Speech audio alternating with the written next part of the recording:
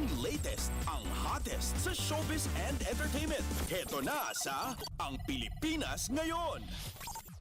Magandang araw! Nagbabalik ang paboritong segmento ng mga chismoso at chismosa, ang segmentong Balitang Artista. Narito muli ang yung chikadora Steph Vicente upang ihatid ang mga pinakamaiinit na showbiz balita para sa araw na ito. Hindi ko na patatagalin pa ang ating introduction at simulan na natin ang ratsyada ng mga chika! Ang latest, ang hottest sa showbiz and entertainment. Heto na sa Ang Pilipinas Ngayon. Oo, mahal natin pero sobrang mali ang manakit, babae tayo, may karapatan tayo. Yan ang hugot ni DJ Jelly Au sa ginawang pambubugbog umano sa kanya ng ex-fiancé na si Jam Ignacio. Nilinaw ng content creator ang balitang iaatras na raw niya ang mga kasong isinampan niya laban kay Jam matapos ang mapait na sinapit sa kamay ng dati niyang boyfriend. Sa pamamagitan ng kanyang Facebook page, ipinost ni Jelly ang paglilinaw hinggil sa mga reklamong inihain niya sa National Bureau of Investigation o NBI. Quote-unquote, sa mga nagtatanong, yes po, tuloy na tuloy ang kaso, hindi pwedeng ganon-ganon na lang. Ano siya, sinuswerte? Alam ko madaming nasaktan dyan, natatakot lang magsumbok o magsumbong at mahal kasi nila. Oo, mahal natin, pero sobrang mali, manakit. Babae tayo, may karapatan tayo. Yan ang message ni Jelly. Bukod dito, pinabulaanan din ni Jelly ang isang Facebook post na nagsasabing posible niyang patawarin ang dating fiancé sa kabila ng mga ginawa sa kanya. Sa kanyang IG story, ipinost ni Jelly ang screenshot ng nasabing FB post na nakakot sa kanya na may kaugnayan sa pagpapatawad. Kalakip nito ang litrato ng DJ na bugbog sarado ang muka.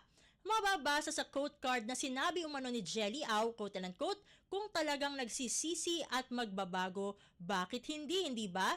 Gano'n naman kapag nagmamahal, lulunukin mo yung ego and pride mo just to be happy. Kinonde na ito ng totoong Jelly Au sa kanyang Instagram at sinabing, quote-unquote, galing nang gumawa nito, palakpakan sa muka.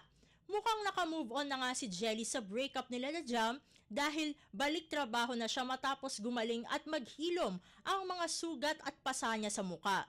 Nag-post din siya sa kanyang IG story ng screenshot ng ipinadalang message sa kanya ni Jam. Narito ang laman ng sulat ng dating boyfriend rin ni Carla Estrada. Quote-unquote, kahit kailan hindi kita kayang lokohin. Maski kumausap ng iba, hindi ko kayang gawin yan sa'yo. Bakit mo ako ginaganito? Nagmamakaawa ako sa'yo, pinipilit ko na maging maayos tayo, maging maayos tong relasyon natin. Nangangarap ako para sa atin, para sa pamilya mo na tinuturing ko na din na pamilya. Bakit mo ako ginaganito? Bakit? Sige lang, Jelly, sige lang. Hindi ko na alam, hindi ko na alam. Say naman ni Jelly sa caption ng kanyang post, quote-unquote, anong gagawin ko? At Jam Ignacio. Ang latest, ang hottest sa showbiz and entertainment. Heto na sa Ang Pilipinas Ngayon. Samantala sa lahat ng gustong manligaw sa kapamilya actress at content creator na si Ivana Alawi, may ilang qualities siyang hinahanap sa kanyang future jowa. Bukod sa mabait at humble, kailangan daw na may puso rin ang kanyang magiging partner sa pagtulong sa mga kababayan nating nangangailangan. Very single ngayon si Ivana at inamin niyang nakikipag-date rin siya kapag may pagkakataon pero mukhang wala pa siyang nagugustuhan sa mga nanliligaw sa kanya.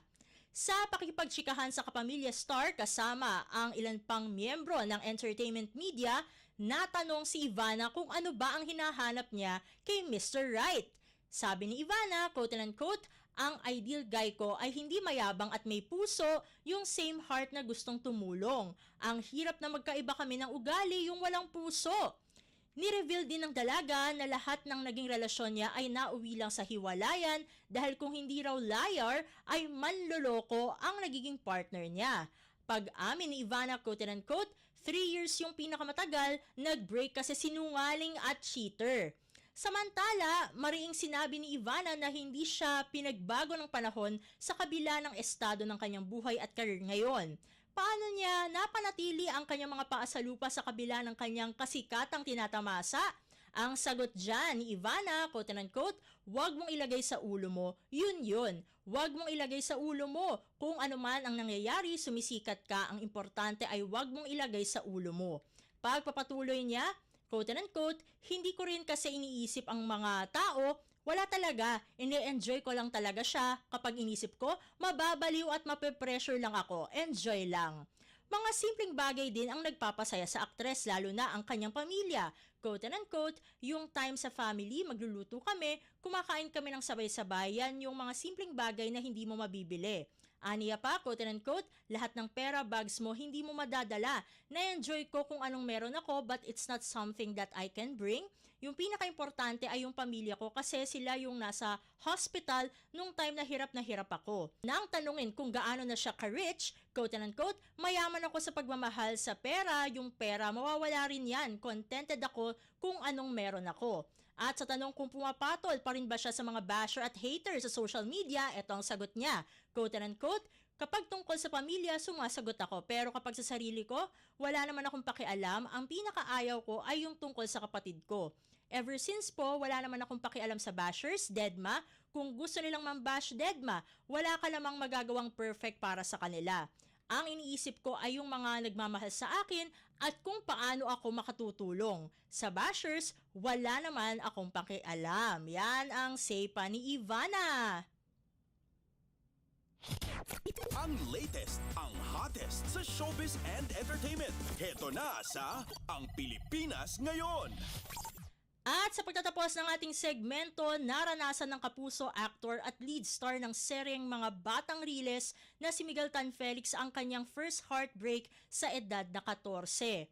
Tandang-tanda pa rin ang kanyang nanay na si Mommy Grace yung araw na nakita niyang broken-hearted ang anak matapos silang maghiwalay ng kanyang unang girlfriend.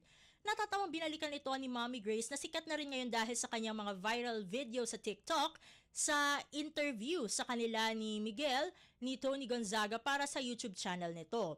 Sinabi ni Mommy Grace na bata pa lamang ang anak ay talagang close na sila at lahat daw ay sinasabi at ipinagtatapat sa kanya ni Miguel.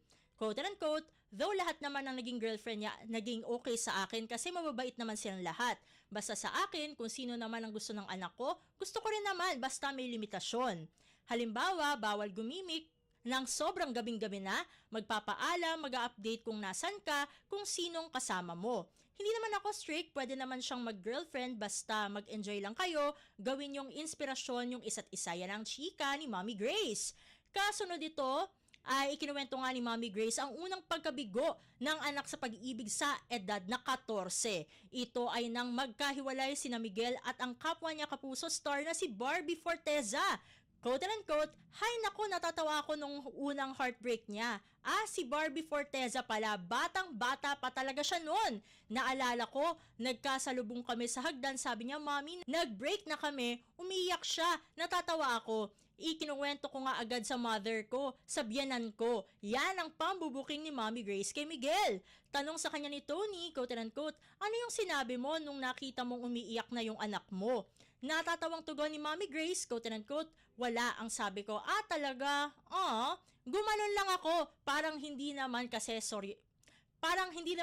seryosohan kasi pagkatapos niya umiyak, naglalaro na siya ulit." Kung ating matatandaan sa panayam sa Fast Talk with Boy Abunda noong February 9 ng taong 2023, first time inamin ni Miguel in public na naging magjowa sila ni Barbie. Bukod kay Barbie, naging jowa rin ni Miguel sina Bianca Umali at Kailin Alcantara. Sa ngayon ay exclusively dating si Miguel at ka-love team niyang si Isabel Ortega. Ang latest, ang hottest sa showbiz and entertainment. Heto na sa Ang Pilipinas Ngayon. Naku, kaunti lang ang oras natin para sa ating segmentong Balitang Artista. Maraming salamat mga kachismis para sa inyong pakikinig sa ating segmento. Ako muli ang inyong chika Dora, Steph Vicente para sa Radyo Pilipinas World Service. Ang latest, ang hottest sa showbiz and entertainment. Heto na sa Ang Pilipinas Ngayon.